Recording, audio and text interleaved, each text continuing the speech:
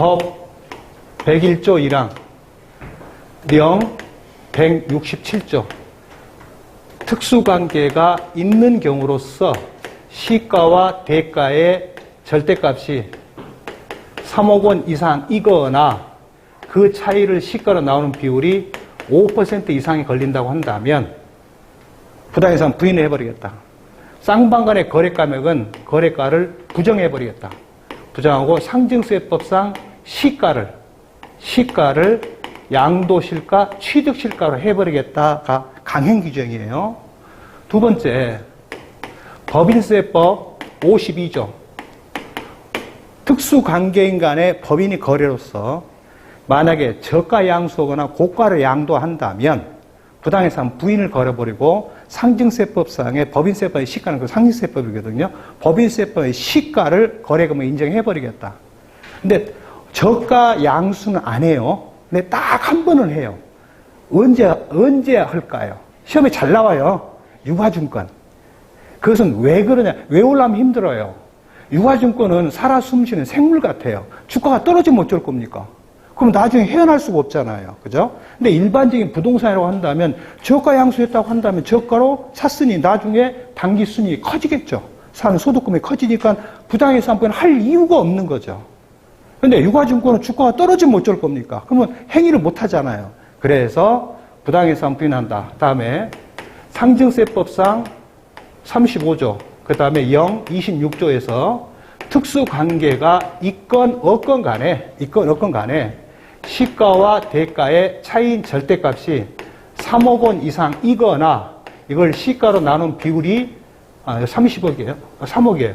30% 이상 차이가 난다고 한다면 이 상증세법상의 시가를 계산 평가액으로 해버리겠다라는 얘기가 되겠죠. 그러면 소득세법상의 특수관계 있는 경우로서 저도고수, 그러니까 저가, 양도, 고가, 양수란 얘기죠. 이게 연계된 게 소득세법 96조 3항에 있어요. 자, 3항 제1호. 법인세법 제52조에 의해서 부당해상 부인당한다면 법인세법상의 시가를 뭘로 인식해버리겠다? 양도, 실가로 봐버리겠다. 96조는 양도가거든요. 90조 3항 제2호. 상증세법 35조에 따라서 증여세가 부과된다고 한다면 해당 거래금액에서 증여자산 평가액의 3억을 뺀 거예요. 평가액을 그냥 빼버리겠다. 예. 그것을 뭘로 해버리겠다? 양도가로 해버리겠다. 그러면 시가 10억짜리를 시가 30억에 아버지한테 팔았다라고 합시다. 그러면 시가 10억 대비 얼마를 더 받은 꼴이에요? 20억을 더 받은 꼴이죠. 누가? 아들이 아버지로부터. 그러면 양도세 신고는 양도, 양수는 실제 주고받은 금액을 뭐라고 부르자? 실질 거래가액이라고 부르자 그랬어요. 그러면 아버지가 아들이 10억짜리를 30억에 아버지한테 팔았다고 한다면 양도 실가는 30억이 분명히 맞아요. 하지만 상증세법 35조에서 20%, 20억이라는 이득을 얻었으니 증여세를 부과하겠다. 누구한테 부과하겠다? 양도자인 아들한테 부과하겠다. 그러면 상증세법 35조에서 뭐라고 말했냐면 3억 또는 30% 둘 중에 하나만 걸리면 돼요. 그러면 특수관계에 있을 때는 시가의 30%가 3억 중에 낮은 금액을 빼준 것을 뭘로 할게? 증여재산 평가액으로 할게 그랬어요. 그러면 10억짜리를 30억 팔았으니까 20억 이득을 본 건 맞죠? 그럼 시가 10억의 30%는 얼마예요? 9억이죠. 3억이죠. 그러면 3억과 3억은 낮은 건 뭐예요? 3억이죠. 그러면 20억에서 3억을 뺀 얼마예요? 17억에 대해서 양도자인 아들한테 뭘 부과하겠다? 증여세를 부과해버리겠다. 그러면 아들은 이미 양도가를 30억으로 해서 양도 신고를 이미 했어요. 그죠? 그런데 갑자기 세무서에서 17억에 대해 증여세를 부과해버린다고 한다면 양도가 17억에 대한 이중과세 문제가 또 걸리게 되잖아요. 그래서 30억에서 얼마를 빼버려라? 17억을 빼버리라는 얘기입니다. 그것이 뭐가 된다? 양도 실가가 된다는 얘기입니다. 자, 법인세법상 부당해상 부인을 당했어요. 똑같은 이치예요. 만약에 아들이 그 법인과의 특수관계가 있는 주주라고 가정을 합시다. 주주라고, 제일 쉬운 게 대표이사로 합시다. 대표이사가 자기 소유 부동산 10억짜리를 법인한테 30억에 고가 양도를 했어요. 그러면 대표이사는 이 얼마에 대해서 20억만큼 이득을 얻은 건 맞잖아요. 그죠? 그런데 법인세법에서 뭐라고 말을 했냐면 소득 처분을 해버리겠다. 네가 특수관계에서 고가 양도를 했으니 부당해상 부인해버리겠다. 얼마를? 20억을. 그럼 20억을 소득 처분 뭐를 해버려요? 대표이사니까 상해 처분해버리겠죠. 그러면 법인세법에 관련된 부당해상 부인이 있다고 한다면 90조 3항 제1호에서 양도실가를 아들은 얼마로 신고했어요? 30억으로 이미 신고를 했죠. 하지만 20억을 뭘로 받아요? 종합소득세를 부과당하니까 이주가서 또 올리잖아요. 그럼 양도가를 얼마로 줄여야 돼요? 10억으로 경정결정 감을 해줘야 돼요. 근데 과세관청이 법인세법의 상해처분, 상증세법은 증여세 부과할 줄은 알아요. 근데 정작 90조 3항을 몰라요. 안 해줘요. 그럼 누가 해야 돼요? 우리가 직권시정 요구를 해야 돼요. 예, 그러면 저는 그 실제 경험한 사람이에요. 그러니까 아유 선배님 그런 규정이 어디에 있어요? 어디에 있기는 90조 3항 읽어봐. 예, 그러니까 아무 소리 안 합니다. 그냥 환급해 주더라고요. 근데 세무사도 모르고 세무사도 모르고 회계사도 모르고 조사한 조사 공본도 모르고 지나가 버려요. 예. 그러면 이제 2차적인 문제. 그러면 아버지가 나중에 팔 때를 생각해 봅시다. 아버지의 취득 실가는 뭐예요? 취득 실가는 원래 실가는 30억이에요. 근데 취득할 때에 아버지가 30억을 고가 양수했어요. 그럼 고가 양수한 사람이 지금 팔 때 고가 양수는 양도자 누구예요? 아들이에요.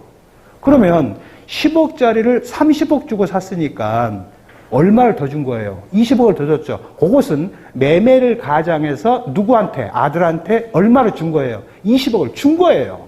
그렇다고 한다면 취득 당시의 시가가 뭐다? 취득 실가다. 그러면 아버지가 나중에 그 부동산을 40억에 판다고 합시다. 그러면 취득 시가는 뭐예요? 10억이에요. 예. 그런데 간혹 30억을 집어넣어버린 사람들이 있어요. 국세청은 그건 몰라요. 근데 누가 알아요? 국세청 똑똑한 누가 알아요, 그것을? 컴퓨터가 알아요. 그걸 찍어줘요. 전 양도자와 현 양도자의 관계가 특수관계다. 부당해상 부인 여부를 검토해봐라. 그럼 우리는 어떻게 해야 돼요? 전 양도자가 현 양도자의 관계가 누군지를 한번 물어봐야 돼요. 물어봐서 성이 간다든지 뒤에 주민등록번호가 7자리 중에 6자리가 똑같아요. 그럼 10주 뭐예요? 같은 19예요. 물론 68년도에서 75년도 사이는 진짜 똑같아요. 근데 그 뒤에는 좀 많이 바뀌어요. 그래도 한 번쯤은 물어봐야 돼요. 이름이 같은 성씨면. 예, 그러면 그런 실수가 없습니다. 그러면 상증세법 시가와 대가의 차이금이 3억 30% 이상 갭이 나면 증여세를 부과하겠다. 그러면 특수관계가 있으면 어쩔래? 있을래? 이익에서 뭔가를 빼라. 시가의 30%와 3억 중에 낮은 금액을 빼주라는 얘기죠. 낮은 금액을. 그러죠? 만약에 특수관계가 없으면 어쩔래? 그는 원론적으로 비관행적이 돼야 돼요. 이게 관행적 거래라고 한다면 인정해 줍니다. 일단 비관행이다. 상관례에 맞지 않다는 것은 먼저 과세관청이나 우리가 입증을 먼저 해줘야 돼요. 그러면 이걸 부과를 못하니까요. 그렇다고 한다면 특수관계에 있을 때는 이렇게 비교해서 낮은 놈을 그 이익에서 뺀 것을 증여재산 가액으로 하지만 이것은 무조건 안 한다. 무조건 얼마를 뺀다? 3억을 뺀다는 거예요. 3억을.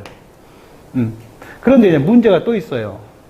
이게 101조 1항에서 파생돼서 이렇게 이어가는데 이 상대편이 개인일 때가 있고 법인일 때가 있어요. 그리고 상대편 개인이 특수한 있을 때가 있고 없을 때가 있어요. 자, 법인이라고 한다면 내국법인이 있고 외국법인이 있어요. 내국법인, 외국법인 다시 또 영리법인과 비영리는 또 쪼개져요. 그러면 경우의 수가 64가지로 쪼개져요. 제 책에는 32가지만 했어요. 영리, 비영리는 안 따졌어요. 근데 왜 영리, 비영리를 왜 따져야 돼요? 영리법인은 상증세 원론적으로 증여세를 부과 안 하죠. 그 이유는 단기 순이익이 늘어나면 단기 각사는 소득금액이 늘어나니까 거기서 과세면 되니까. 그러나 비영리법인은 과세 제외가 굉장히 많아요. 대표적인 사례가 종중이에요. 자, 여러분들이요 종중거 하실 때 상당히 조심하셔야 돼요. 일단은 종중이 고유 목적 사업에 3년 이상 사용이 돼야 되는데 절대 거기서 뭐가 발생되면 안 돼요? 수익 사업이 발생되면 안 돼요. 그러니까 종중 소유의 부동산을 매각을 할 때 전답일 때는 조금 조심해야 돼요. 왜 그럴 수밖에 없냐면 종중 스스로가 농사를 짓진 않아요. 그러면 같은 종중원이 농사를 짓겠죠. 그러면 종중원이 공짜로 지어요? 소장료를 준단 말입니다. 그러면 당연히 그건 수익사업이 돼버린 거죠. 마찬가지로 한 걸음 더 나간다면 조특법 69조에서 8년 제천 자격농지 감면 규정이 있죠. 종중 소유 농지를 같은 종중원이 직접 제천 자격을 했다고 한다면 자격 감면 규정 적용할 수 있다, 할 수 없다? 할 수 있다. 그런데 이게 법인세법상 법인 시행 3조 있던가요? 수익사업에 쓴 경우에 없다고 한다면 과세 제외 대상이에요. 전답은 덜컥 하시면 안 돼요. 첫 번째, 자격농지 감면할 때 종중원이 그 수확물을 100만 원어치의 수확물을 생산했다고 합시다. 그것을 통째로 종중에다 기속시킨다고 한다면 제천 자격 감면 됩니다. 두 번째, 수확물 100만 원어치를 싹 팔아요. 팔아서 100만 원을 그대로 종중에다 기속시켜도 됩니다.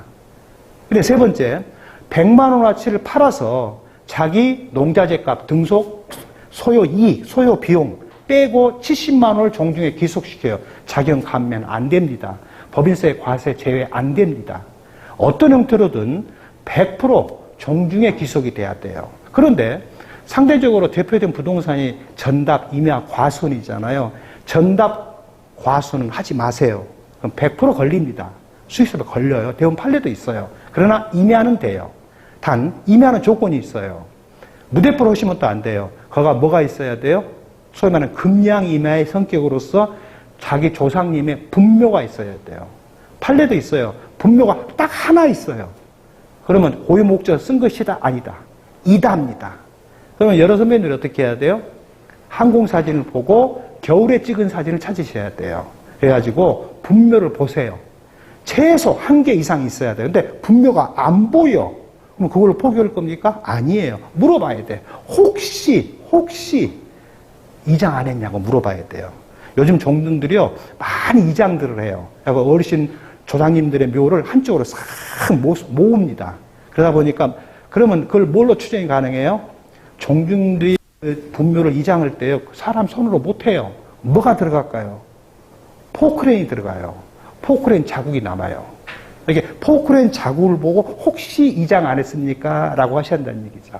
예, 그래서 이렇게 특수광이 있을 때 없을 때 상대편이 영리일 때 비영리일 때 그 토지의 지목에 따라서 왔다 갔다 할 수 있다라는 얘기입니다. 그래서 대략적인 설명을 드렸으니까요. 혹시 부당해상 부인 관련된 사례를 한번 봐볼게요.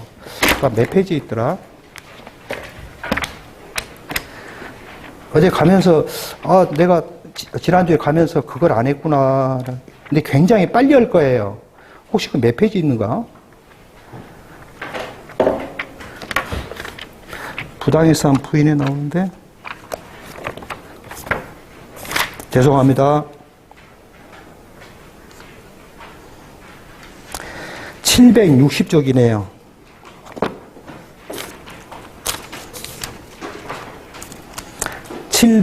773쪽 보도록 하겠습니다.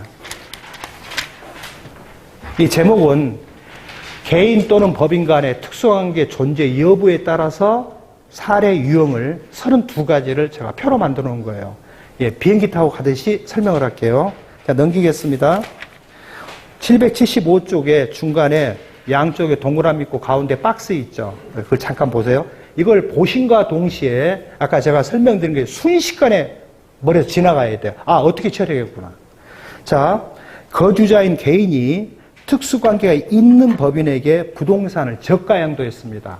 그럼 101조 1항의 적용 대상 이에요, 아니에요? 이죠. 특수관계 있고 저가양도, 저도 고수의 특수관계 성립됐으니까요.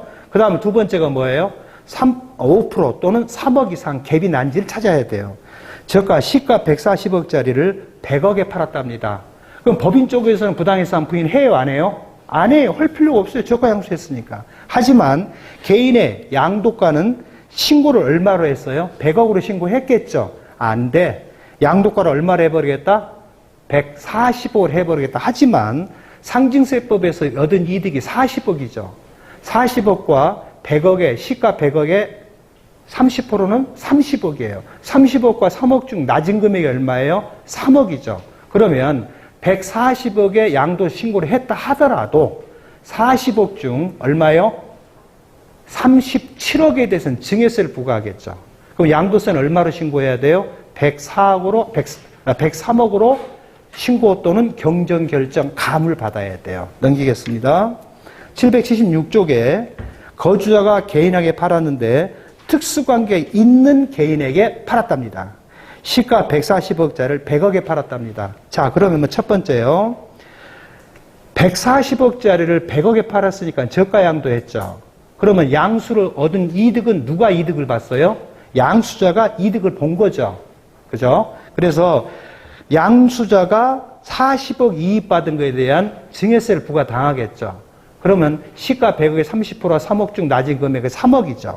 37억에 대해서 양수자한테 증여세를 부과해버리겠죠. 그죠? 그 다음에 양도자는 저가 양도했어요. 저가 양도자 물론 끝나는 거예요, 이제. 양수자가 저가 양수했으니까. 그 다음에 시가를, 끝나는 게 아니죠. 시가를 140억짜리를 100억 받고 팔아먹었으니까 양도세는 뭘로 과세해버려요? 140억으로 결정을 해버릴 겁니다. 그러면 양쪽에 난리가 나죠. 그 다음에 이 양수자가 살 때 100억에 샀지만 증여세를 부과당했죠. 이게 소득세법 시행령 163조 10항에 써져 있죠. 재산을 취득함에 있어서 소득세 또는 증여세를 부과된 경우라 한다면 해당 증여재산가를 뭐 해주더라? 취득시가에 가산한 것을 실가로 본다라고 되어 있죠. 여러분도 마찬가지죠. 특수관계업은 부당해상 부인을 받았건 말았건 간에 부가제척기준에 들어와 있다고 한다면 취득가는 100억이지만 이걸 얼마로 나중에 취득가 계산해야 돼요? 137억으로 취득가를 계산해 줘야 돼요. 다음에 777조 맨 밑에요. 개인이 그와 특수관계가 없는 법인에게 부동산을 저가 양도했습니다. 특수관계가 없다고 했으니까 소득세법 101조 1항 부당해상 부인 할 수 있어요? 할 수 없어요? 할 수 없어요. 하지만 법인세법 52조에 따라서 저가 양수한 건 부당해상 부인 해요? 못해요? 안 해요. 유가증권이 아니잖아요. 그렇지만 시가 140억짜리를 양수자인 개인한테 특수관계가 없는 개인한테 팔았으니까 특수관계가 없는 개인은 뭐가 부과돼요? 증여세가 부과되겠죠. 이건 비관행적인 거래라고 가정합시다. 그럼 무조건 얼마에 대해서 증여세 부과당해요? 37억에 대해 증여세를 부과당하겠죠. 나중에 팔 때는 취득가가 얼마 돼요? 137억이 되겠죠. 넘기겠습니다.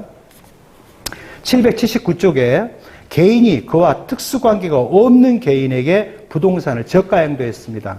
자, 특수관계 없는 개인한테 팔았으니까 부당해상 부인은 못합니다. 하지만 시가 140억짜리를 100억에 팔아먹었으니까 양수자는 40억 이익 본 건 틀림없이 맞죠. 그러니까 특수관계가 없다고 비관행적인 거래라고 한다면 37억에 대해서 증여세를 부과당하겠죠. 그 다음에 양도자는 특수관계가 없으니까 그냥 그대로 양도시가는 100억이 됩니다. 양수자가 나중에 팔 때는 취득가는 실제 취득가는 얼마예요? 100억이죠. 하지만 증여세를 부과당했죠. 그래서 취득가를 얼마로 해야 돼요? 137억으로 해야 돼요. 자, 넘기겠습니다.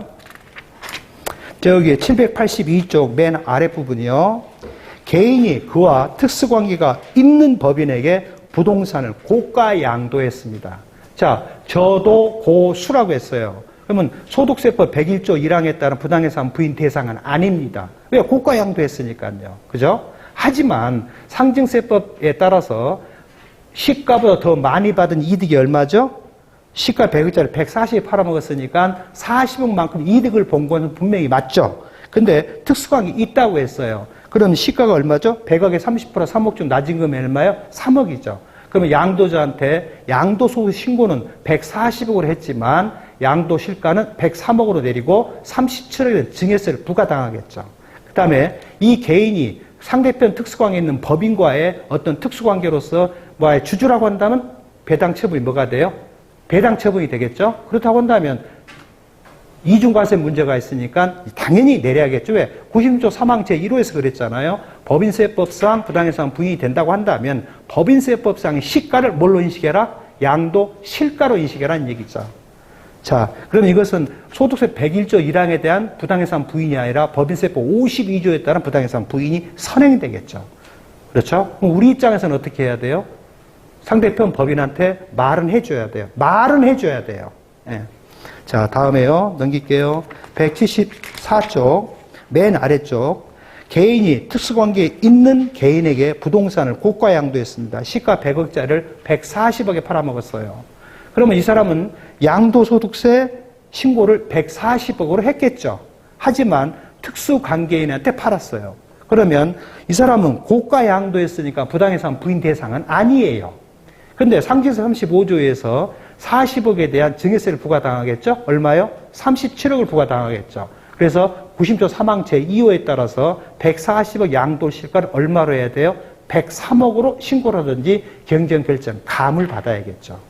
예. 그 다음에 특수관계에 있는 자로부터 취득한 자는 고가 양수를 한 꼴이죠. 그럼 나중에 그 사람은 부당해상 부인을 당하겠죠. 그러면 그 사람은 103억이 그 사람의 취득 실가로 다운돼 버리겠죠. 그죠? 한쪽만 생각하시면 안 돼요. 쌍방을 모두 생각해 보셔야 돼요. 자, 786쪽의 맨 아래쪽. 거주자가 개인이 그와 특수관계가 없는 법인에게 부동산을 고가 양도했습니다. 특수관계가 없는 고가 양도 상대편 법인이라고 그랬어요. 그럼 법인세법상 부당해상 부인해요? 못해요. 예. 근데 혹여라도 이 개인이 양도자가 법인의 주주관계라고 한다면 변론의 이야기예요. 하지만 양도자 입장에서는 시가 100억짜리를 140에 팔아먹었으니까 37억에 대한 증여세는 부과당합니다. 그래서 양도가는 실가가 103억으로 다운되겠죠. 넘기겠습니다. 788조.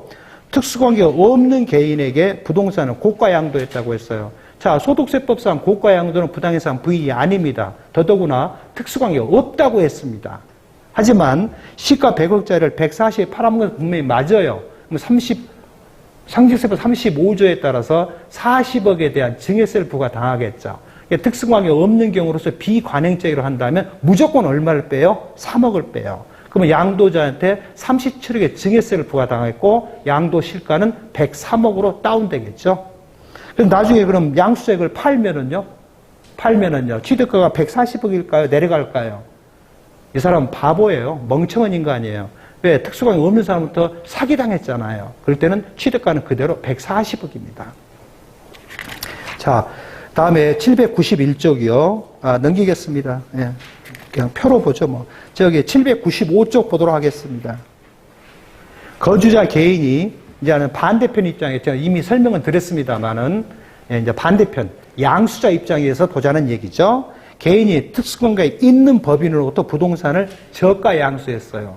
특수관계에 있는 법인 쪽에서는 어떻게 판 거예요? 저가 양도를 했겠죠. 그러면 당연히 법인세법상 부당해상 부인이 선행되겠죠. 그러면 시가가 140억짜리를 100억에 팔았다 했으니까 법인 쪽에서는 부당해상 부인을 140억을 해버리겠죠. 아울러서 그 금액이 기속자가 주주냐, 아니면 주주도 아니고 아무도 아니냐, 대표이사냐, 또는 특수관계에 있는 임원이냐라고 한다면 소득처분이 뒤따르겠죠. 그 다음에 저가 양수. 그러면 판 사람은 저가 양도를 했지만 특수관계가 있기 때문에 결국은 양도자는 이득은 안 받았지만 네가 고의로 싸게 판 거 아니냐 이 꼴이 되잖아요. 그러면 양도세 신고는 100억을 했겠지만 필요 없어. 101조 1항에 따라서 140억으로 경정증을 해버리겠죠. 넘기겠습니다. 796조. 개인이 특수관계에 있는 개인으로 부동산을 저가 양수했습니다. 특수관계 저가 양수. 그러니까 고도, 저도, 고수. 저도 고수는 안 들어요. 양수자 입장에서는 저가 양수한 거 맞으니까. 그럼 먼저 100억짜리를 140억짜리를 100억에 샀으니까 40억 이익 받죠. 양수자한테 37억에 대한 증여세를 부과당하겠죠. 그 다음에 양도자는 저가 양도한 꼴이 되죠. 양도 실가가 100억이지만 결국 양도가는 얼마로 신고해야 돼요? 140억으로 신고를 해야겠죠. 근데 이게요, 이게 없을 것 같지만요, 의외로 많습니다. 예, 특히 주식이 많고요. 두 번째, 나도 모르고 넘어가는 경우가 왕왕이 많아요. 나도 모르고 넘어가는 경우야. 근데 컴퓨터는 못 이겨요. 예, 조심하셔야 돼요. 자, 다음에 798조. 개인이 특수관계가 없는 법인으로부터 부동산을 저가 양수했답니다. 그러면 우리 소득세법상 저도 고수예요. 그러니까 부당해상 부인은 아니에요. 하지만 상징세법에 증여세 부과할 수는 있어요. 그러면 시가 140억짜리를 100억에 샀으니 42억 본 건 맞잖아요. 그러면 37억에서 증여세를 부과당하겠죠. 그러면 양도자는요? 양도자는 특수관계 없는 법인에게 법인으로부터 저가 양도, 저가 양수, 법인이 저가 양도를 했겠죠. 그럼 특수관계 없다고 했으니까 법인세법상 부당해상 부인은 안 하겠죠. 하지만 소득처분은 뒤따르겠죠. 자, 다음에 799조. 개인이 특수관계 없는 개인으로 부동산을 저가 양수했어요. 시가 140억짜리를 100억에 샀답니다. 그렇다고 한다면 특수관계 없다고 해서 부당해상 부인은 못하지만 상징세법상에 40억 이익 받은 거에 대한 3억 빼고 비관행이라고 한다면 37억에 대해서 증여세를 부과당하겠죠. 나중에 팔 때는 본인의 취득가는 137억이 되겠죠. 양도자 입장에서는 부당해상 부인할 이유가 없죠. 네, 넘기겠습니다. 800쪽에 맨 밑에요. 개인이 그와 특수관계 있는 법인으로부터 부동산을 고가 양수했어요. 그러면 양도자인 법인 입장이라 한다면 고가 양도를 했겠죠. 그러면 특수관계 있다고 했으니까 당연히 법인세법 52조에서 부당해상 부인을 해버리겠죠. 그러면 40억에 대한 소득 처분이 벌어지겠죠. 그렇죠? 그러면 96조 3항 제1호에서 그렇죠. 법인세법상 부당해상 부인이 된다고 한다면 법인세법상의 시가를 뭘로 인식해라? 양도, 실가로 인식하라는 얘기예요. 예. 예, 그렇게 하면 헷갈리지 않는데요. 들을 때는 이 말이 맞는 것 같아요. 이해도 돼요. 막상 일이 닥치면 모릅니다. 굉장히 힘들어요. 저도 현직에 있을 때 이게 굉장히 힘들었었어요. 그래서 이걸 어떻게 하면 좋을까요? 제가 이걸 논문을 썼던 겁니다. 예, 그래서 혹시라도 그런 기회가 생길지 모르니까 나머지는 생략할게요. 다음에 오늘요, 1591쪽이요.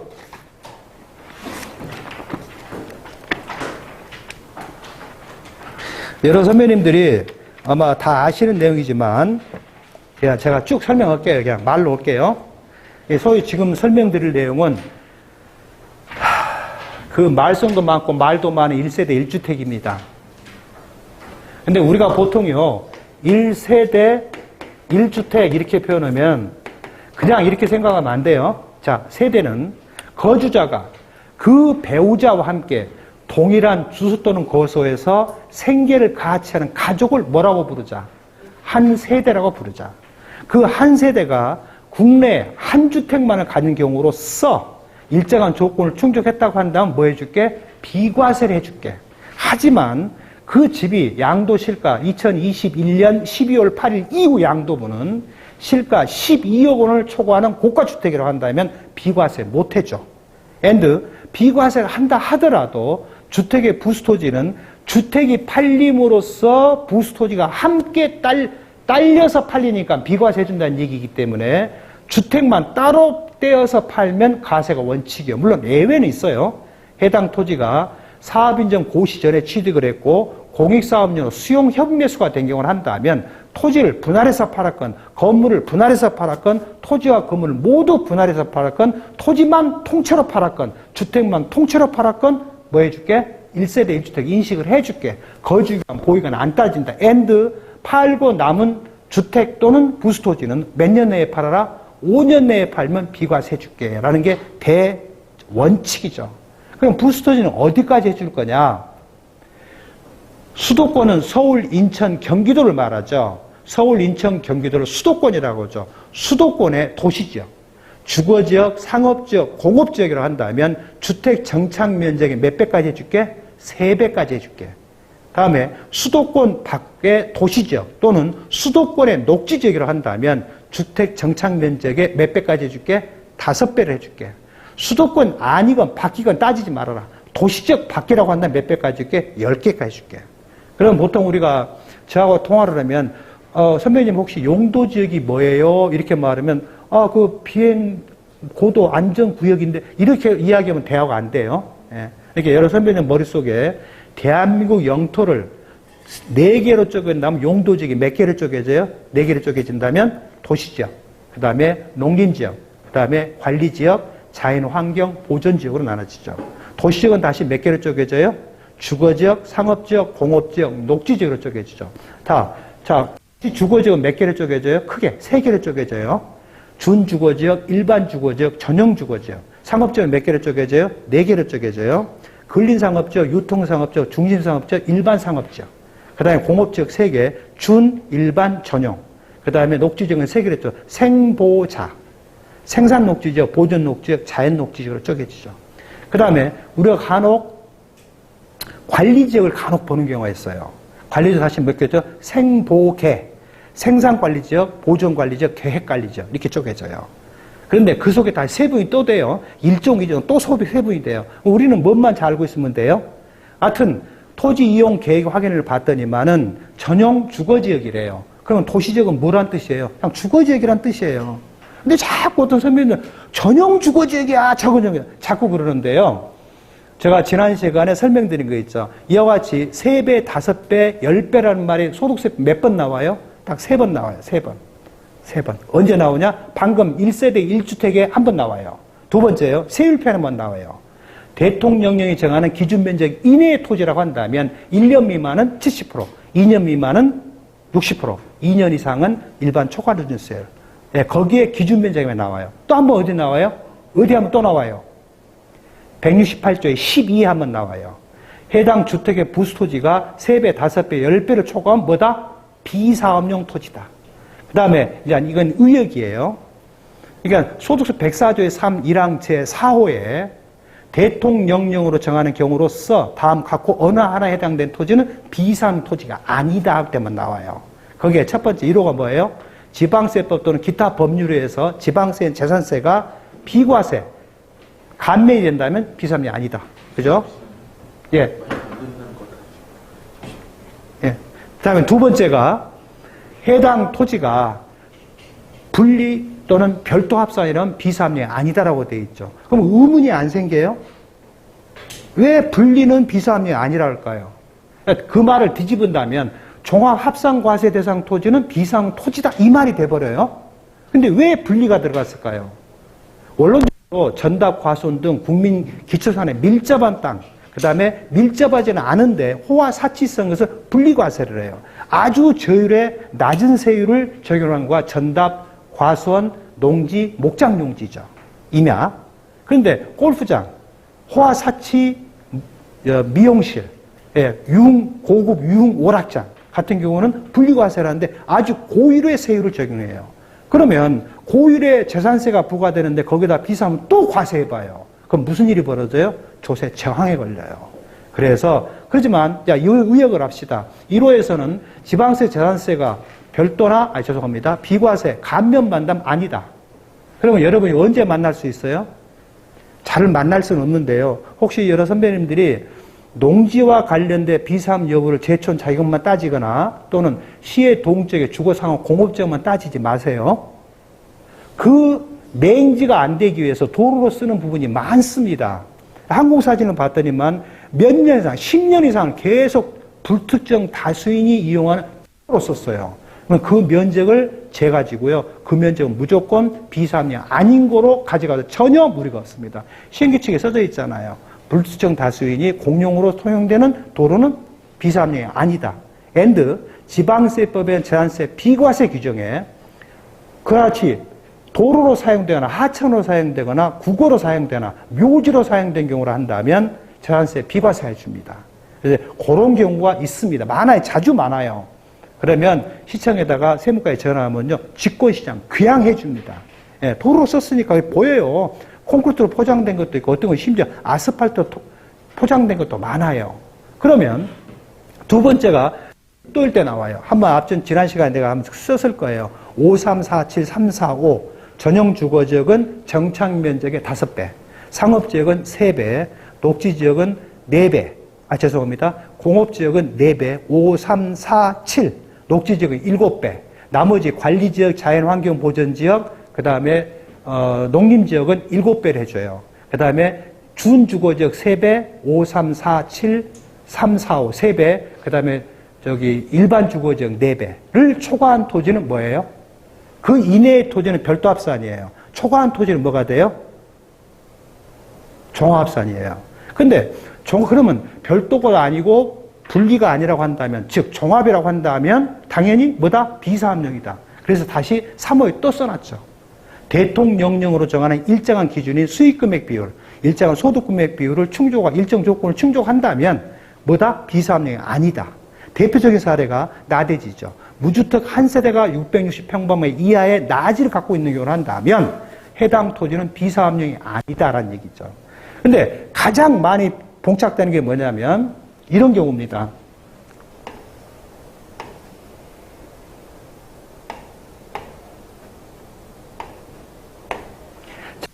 이게 나지입니다. 또 뭐 이때 집이 있다고 합시다. 내가 집이 또 있다고 합시다. 자, 나지를 팔아요. 집이 있으니 무주택 1세대의 나지가 아니지 않느냐. 그러니 이건 비사합령이다라고 많이 판정하세요. 아니에요. 네. 주택이 없는 상태의 나지의 보유기간이 뭐에 걸리면 5에서 3년 이상, 3년 중 2년 이상, 60% 이상의 하나에 걸리면 비록 이 나지 양도 시점에 주택이 있다 하더라도 이 토지는 뭐다? 비사합령이 아닙니다. 예. 양도를 현재 나지를 요구하지 않았어요. 해당 토지의 보유기간 중에 이 토지가 여기서부터 여기까지 보유기간 중에 주택과 나지를 중복해서 보유한 기간은 이것만 중복해서 보유한 기간이에요. 중복해서 보유한 기간만이 비사합령 기간이에요. 그러면 양도 소급하여 5년의 기간 중에 주택이 없는 상태가 3년이 안 된다고 합시다. 3년의 기간 중에 2년 이상이 안 된다고 가정합시다. 하지만 나지 전체 보유기간 중에 주택이 없는 상태의 기간이 60% 이상을 한다면 양도를 이제 주택을 갖고 있지만 이 토지는 비사합령이 아닙니다. 많이들 그렇게 생각하세요. 근데 실무상에 가장 어려운 부분이 어떤 부분이냐면요. 야적장. 그죠? 그러니까 어느 지역에 땅이 있는데 여기가 뭐 쓰레기도 야적장, 하치장, 적치장. 그죠? 그것은 어디까지 할 거냐. 최대 야적 하치된 면적의 120%까지는 비사합령 아니다라고 되어 있죠. 120% 넘었다고 해서 무조건 비사합령이 아니에요? 그건 아니에요. 120%를 초과해서 사용한 기간이 5, 3, 3, 2, 60% 중에 하나에 걸려야 돼요. 근데 그게 힘들어요. 120을 어디까지 볼 거냐. 그죠? 농담으로. 신문지 한 장에 이제 24면이죠. 24면을 쫙 펴도 120%냐. 이렇게 싸서 120%냐. 모래를 쫙 펴놔서 120%냐. 그냥 모래를 그냥 퍼내려서 그냥 이렇게 지구의 중력에 의해서 슬럼프 딱 내려온 걸 가지고 120% 계산할 것이냐. 그건 어떤 답도 없어요. 그러니까 여러 선배는 어떻게 해야 돼요? 다음이나 네이버나 구글에서 항공사진이 나오잖아요. 그래서 연연히 봐보세요. 연연히 보셔가지고 면적을 재세요. 그러니까 예를 들면 이렇게 땅이 생겼어요. 근데 이렇게 야적이 됐어요. 그죠? 꼭 사진 찍은 게 꼭 이 사진이 아닐 수도 있단 말이에요. 2010년도 이 사진이지만 2011년도 아닐 수도 있어요. 그러면 여기에 메뉴바가 있어요. 다음 같은 여기에 메뉴바가 있어요. 메뉴바가 거리 재는 거, 면적 재는 거, 시간 재는 거 있어요. 그걸 체크를 하세요. 꾹꾹꾹꾹꾹꾹꾹꾹꾹꾹꾹꾹 오른쪽 마우스 쿡 오면 이 면적을 딱 계산해줘요. 절대 맞지는 않아요. 그건 내는 보수적으로 면적을 제시하는 얘기죠. 그래서 전체 면적의 얼마? 1.2만 되면 돼요. 그죠? 그렇게 계산해서 비상을 빼줘야겠죠. 근데 만약에 이 땅이 120% 이상 갖고 있어 버렸어요. 계속 그런 게 많아요. 그러면 곧바로 비상이 아니에요. 근데 간혹 엉뚱한 말을 하는 사람들이 있어요. 과세관청에서 아니 세입자가 사업자 등록 안 했잖아요. 그래서 종합산이에요. 이건 비사합령이에요. 세법이 어디에 사업자 등록하는 규정이 어디에 있어요? 없어요. 요거는 딱 하나 있어요. 주차장법이요.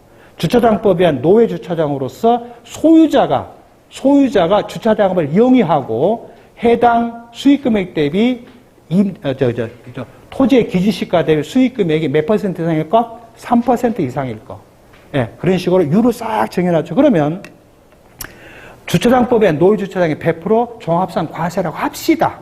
그러면 세무과에서 제한세 과세 대상을 몇 년치를 떼라? 최소한 5년치를 떼라는 얘기죠. 했는데 계속 종합산이에요. 봤더니만은 주차장으로 써요. 그러면 우리가 첫 번째 뭘 확보해야 돼요? 주차장 사업 허가증을 확보해야 돼요. 두 번째요? 세를 내줬는지 안 내는지를 물어봐야 돼요. 본인이 직접 하겠으니까요. 남용하면 안 돼요. 예. 그러게 5년 중에 3년, 3년 중에 2년, 60% 이상 어느 하나에 걸리면 토지는 뭐다? 비사업령이 아니다라는 얘기입니다. 그러니까 아까 지금 주거상업공업 녹지주택 여기까지 와버렸는데 그래서 거기에서 총 3번이 있어요. 물론 한 번 또 있어요. 비사업 토지 168, 74의 부득이한사의 사망의 3호의 2에 있어요. 해당 토지를 2006년 12월 말 이전에 사업인정 고시한 토지이거나 2021년 5월 14일 이후에 사업인정 고시된 경우로 한다면 해당 토지는 뭐다? 비사업령이 아니다. 예. 그런데 거기에 바로 윗칸에 뭐가 있어요? 직계 존속, 존비속 또는 배우자로부터 상속 증여받은 농지, 그 다음에 임야, 목장 용지를 상속 증여받아 양도하면 무조건 비사업령이 아니다. 근데 무조건은 아니에요. 시행규칙에 따른 8년 이상 제천정한 농지, 8년 이상 제천한 임야, 8년 이상 축산업의 기준 면적 이내의 목장 용지를 직계 존속, 비속, 배우자로부터 증여 상속받았다면 비사업령이 아니다. 하지만 양도는 절대 어디는 안 된다? 어디는 안 된다? 주거지역, 상업지역, 공업지역은 안 된다. 근데 가로에 써놨어요. 그린벨트는 제외예요. 예.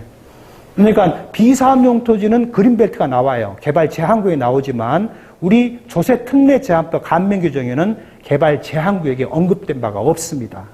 그래서 한 세대가 한 주택을 갖고 있다면 비과세 해주는데 이제부터 조건이죠. 첫 번째 조건이 뭐예요? 해당 주택의 양도일 현재 어디에 있다고, 취득 당시 어디에 있다고 한다면 조정 대상 지역에 있다고 한다면 반드시 몇 년을 거주해라? 2년 이상 거주를 해라. 하지만 예를 줬죠.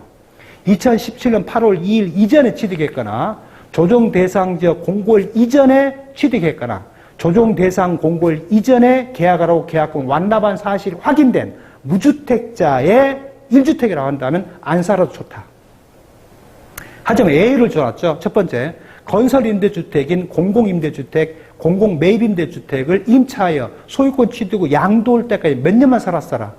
5년을 살았으면 소유권 취득 후 3년 보유, 2년 보유, 2년 보유 안 해도 된다. 곧바로 비과세 해줄게. 두 번째가요. 해당 토지, 주택이 만약에 공익상 수용, 협의매 경우로서 사업인정 고시 전에 취득한 것이라고 한다면 무대뽀로 뭐 해줄게? 비과세 해줄게. 하지만 고가주택 편에서 그렇죠. 163조 159조 4에서 해당 주택을 여러 사람이 소유하고 양도시 취득이 다르거나 구분해서 따로 판다 하더라도 전체를 왕창 판다면 10억이 넘는다 뭐에 걸린다? 고가에 걸릴 수도 있다. 그 다음에 부득이한 사유 때문에 취약, 질병, 근무상 형편, 학교 폭력 때문에 전 세대원이 이사를 간다고 한다면 1년 이상 거주한 경우로 한다면 예를 주겠다. 그때는 안 살아도 좋다. 그 다음에 거주를 다 보유 안 좋다. 그러나 1년은 그 사유 발생일 현재 1년 이상 거주해요. 양도를 현재 1년 이상 거주했으면 돼요. 양도를 1년 이상 거주했으면 돼요. 그 다음에 전 세대원이 외국으로 출국하는 경우로서 외국에 1년 이상 계속하여 체류할 경우로 한다면 취약, 질병, 근무상 형편인데 그 세 개 누구는 빠져요? 질병은 빠져요. 취약, 근무상 형편 때문에 전 세대원이 나간다고 한다면 나갈 때 한 채만 있을 거. 앤드 밖에 나가서 팔 때도 몇 채만 있을 것? 한 채만 있을 것. 그러면 비과세 줄게. 그래서 본법 121조에서 양도를 이제 신분이 비거주라고 한다면 1세대 비과세 해준다? 못 해준다? 못 해준다. 그 다음에 비거주 판다면 1세대 한 주택 일제라도 장특공제 30% 해주면 절대 무엇은 못 해준다? 80%는 못 해준다. 하지만 예를 넣어놨어요. 방금 그거요. 플러스 알파지만 해외 계속하여 1년 이상 근무하는 경우로서 전 세대에 출국을 했고 그 세대가 출국 및 양도를 한 주택만 갖고 있다고 한다면 2년 내에 판다고 한다면 파는 시점은 그 신분이 뭐예요? 비거주자예요. 하지만 그건 적용해 줄게. 앤드 만약에 해외로 파견이 나서 만약에 해외 이주법에 의해서 전 세대원이 이주를 해버린다고 한다면 이주 당시에 집에 한 채만 있어라. 팔 때 집에 한 채 있어라. 거주 보기는 안 따지 마. 2년 내에 파는데 신분은 비거주자예요. 하더라도 해줘라 그것은. 그건 시행령에 별도로 규정을 따로 하고 있어요. 그래서 비거주라 해서 무조건 아니다. 그건 아니란 얘기입니다. 자, 다음에 이건 폐지됐어요. 2022년 12월 16일에 삭제했어요. 장기 임대주택 등록한 주택이라고 한다면 해당 주택은 거주 안 해도 좋다. 근데 모순이 생겼어요. 그래서 그걸 삭제해버렸어요. 2020년 12월 16일 날짜로. 근데 부측에서는 그 전에 거라고 한다면 그대로 인정해줘라 라는 얘기죠. 자, 그러면 그와 같이 2년 이상 보유하고 조정 대상제 소정 경우로서 2년 이상 거주한 경우로서 예외가 적용되는 경우는 안 살아도 좋지만 최소 2년은 살았어라. 2년은 보유를 했어라. 그럼 뭐 해줄게? 비과세를 해줄게. 그 다음에 만약에 해당 주택이 복합주택이면 어쩔래?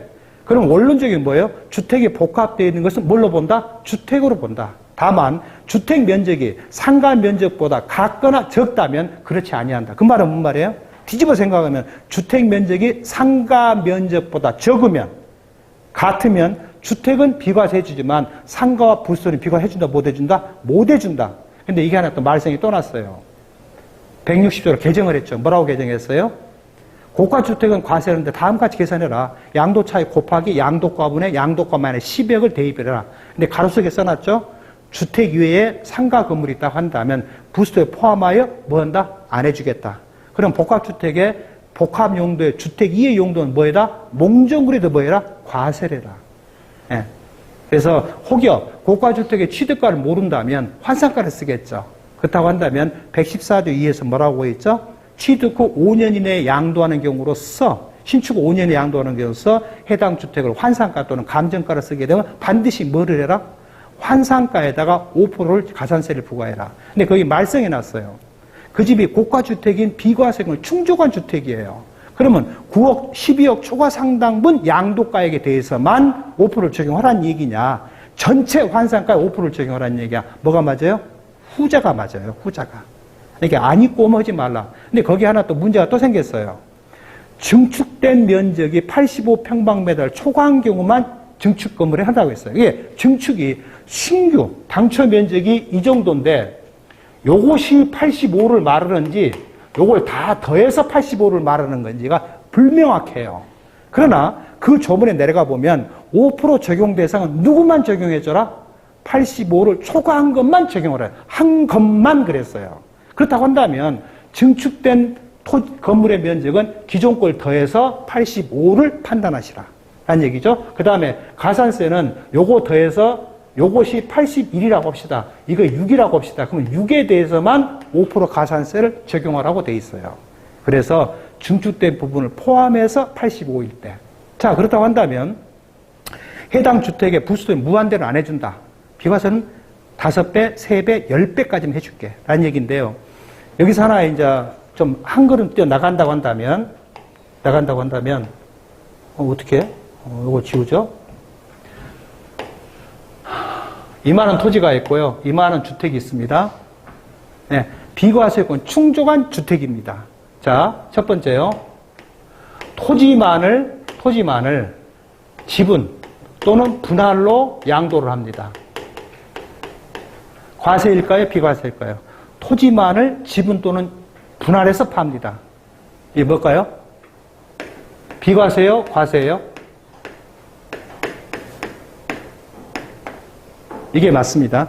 그래서 세법을 옛날에는 부수토지라고 했어요. 근데 세법을 다 바꿨어요. 뭘로 바꿨죠? 딸린 토지 이렇게 바꿨어요. 딸려간다는 뜻입니다. 그러니까 주택이 팔리면서 딸려가는 토지를 비과세한다는 얘기지 주택을 안 팔고 토지만 팔면 과세입니다. 자, 두 번째요. 건물만 지분 또는 분양한다. 죄송합니다. 요건 지울게요. 요건 지울게요. 건물만 분할해서 양도합니다. 그러면요? 다시 형광펜 누르시면 돼요. 형광펜 누르시면 돼요. 형광펜이요? 예. 네. 이 건물만 분할해서 양도하면요. 건물이 일물 일건주의잖아요. 등기가 하나예요. 건축물이 하나예요. 그런데 분할했다는 얘기는 A 건물을 A 건물과 A-1 건물 두 개를 쪼갠다는 얘기죠. 그러면 분할해서 판 놈은 과세예요, 비과세예요? 과세예요. 이왜? 양도의 집이 두 채가 되어버렸으니까요. 그 다음에 세 번째, 토지와 건물을 모두 한꺼번에 분할해서 양도한다. 가정을 합시다. 그러면 어떻게 돼요? 과세, 비과세요? 과세예요. 근데 이게 대한 예외 기준은 예외를 생각해 봅시다. 예외. 어떤 때는 지분, 토지만을 지분으로 팔거나 지분으로 파는 경우는 없지만 분할해서 판다면 비과세해주는 경우가 있어요. 어떤 때 비과세해줘요? 수용될 때요. 수용 또는 협의 매수요. 그 시행령 15조에 있어요. 협의 매수일 때는 비과세를 해줘라. 자, 건물만 분할해서 팔아요. 원칙은 과세가 맞아요. 하지만 수용, 협의 매수로 간다면 비과세 해줘라. 그 다음에 세 번째, 토지와 건물을 함께 분할해서 양도한다면 원칙은 과세예요. 하지만 수용, 협의 매수로 간다면 뭐 해라? 비과세 해줄게. 단 조건이 있어요. 언제 취득해야 돼요? 사업인정 고시 전에 취득했어야 돼요. 그런데 이것도 과세되는 경우가 있어요. 이것도 과세되는 경우가 있어요. 어떤 데 과세가 돼요? 이만큼 수용이 됐다고 합시다. 이게 한 평이라고 합시다. 한 평을 1억에 수용했다고 합시다. 이 땅이 100평이라고 합시다. 이걸 왕창 판다면 이 땅값만 얼마짜리예요?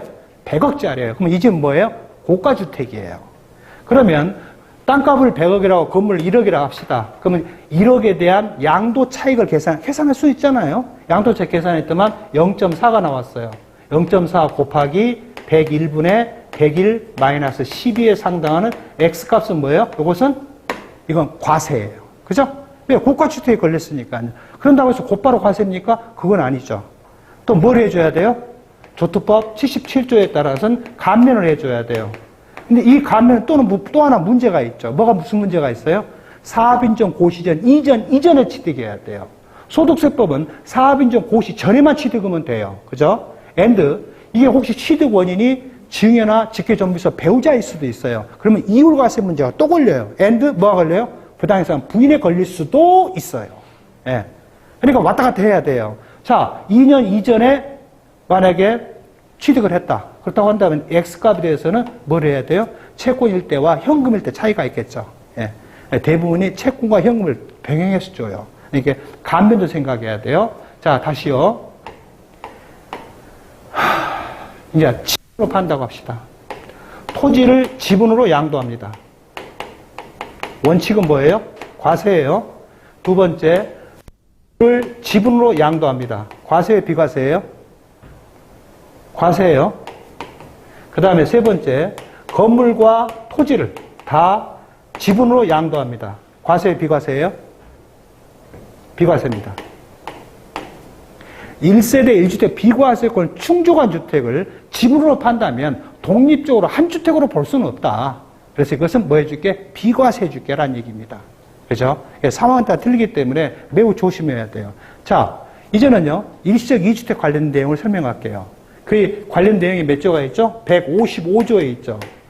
제가 세법을 많이 안다, 외고 있다는 걸 자랑한 것이 아니고요. 그냥 머릿속에 갖고 계시기 때문에 나중에 읽을 때 굉장히 편해요. 자, 155조 1항 문제예요. 1항이 일시적 2주택이죠. 일시적 2주택. 어떤 형태로는 이거 처음에 이렇게 표현 안 됐어요. 기존 주택이 있는 자가 새로운 주택을 취득함으로써 이게 매수 취득함으로써 집이 두 채 이렇게 됐는데 그러면 증여 문제가 시작됐어요. 증여로 취득했으면 어쩔래 이렇게 돼버린 거예요. 그래서 그건 안 된다. 그건 일시적 2주택 못 온다고 그랬어요. 근데 지금은 다 없애버렸어요. A주택을 가진 자가 신규주택 B를 취득했다고 한다면 B를 취득한 때로부터 몇 년 내에 팔아라? 자, A가 있는 상태에서 1년 이상을 경과한 후에 B를 취득해라. B를 취득한 때로부터 A를 기본적으로 몇 년 내에 팔아라?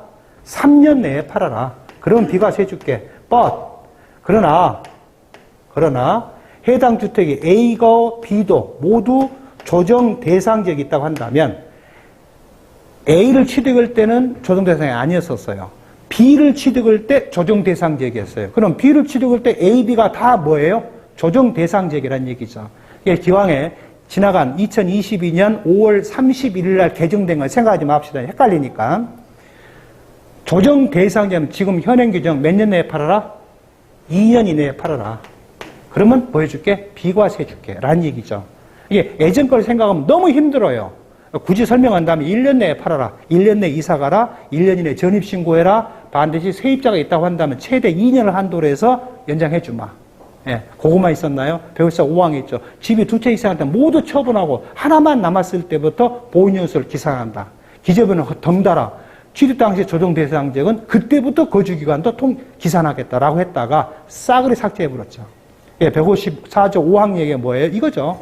주택의 보유년수는 취득일로부터 양도일까지 한다. 예, 그것은 꼭 그렇게 해서 표현 안 돼 있어요. 95조 4항에 따른다. 95조 4항. 장기보유 특별공제는 취득한 때로부터 양도일까지 한다. 다만 90조 2에 따른 이율과세 대상인 경우로 한다면 증여자가 취득한 때부터 기산한다라고 규정된 거죠. 그래서 154조 5항은 지금 단순화됐어요. 그냥 95조 4항에 따른다. 예. 그다음에 일시적 이주택이라고 한다면 해당 주택이 기존 주택부터 1년 이상 경과한 후에 B를 취득해라. B를 취득하고 일반적인 몇 년에 팔아라? 3년 내에 팔아라. 하지만 B를 취득할 때 A도 조정 대상 지역, B도 조정 대상 지역이라고 한다면 몇 년 내에 팔아라? 2년 내에 팔아라. 그럼 비과세 줄게. 그게 일반 측이죠. 물론 경과규정 부칙에 대해서는 뭐 그런 거 많죠. 2019년 12월 16일 이전 취득은 뭐 3년 적용해주고 이후 취득은 2년 적용, 1년 다 의미가 없어요. 이제는 다 없어져 버렸어요. 자, 그래서 155조 1항 설명을 드렸습니다. 자, 155조 2항 설명을 할게요.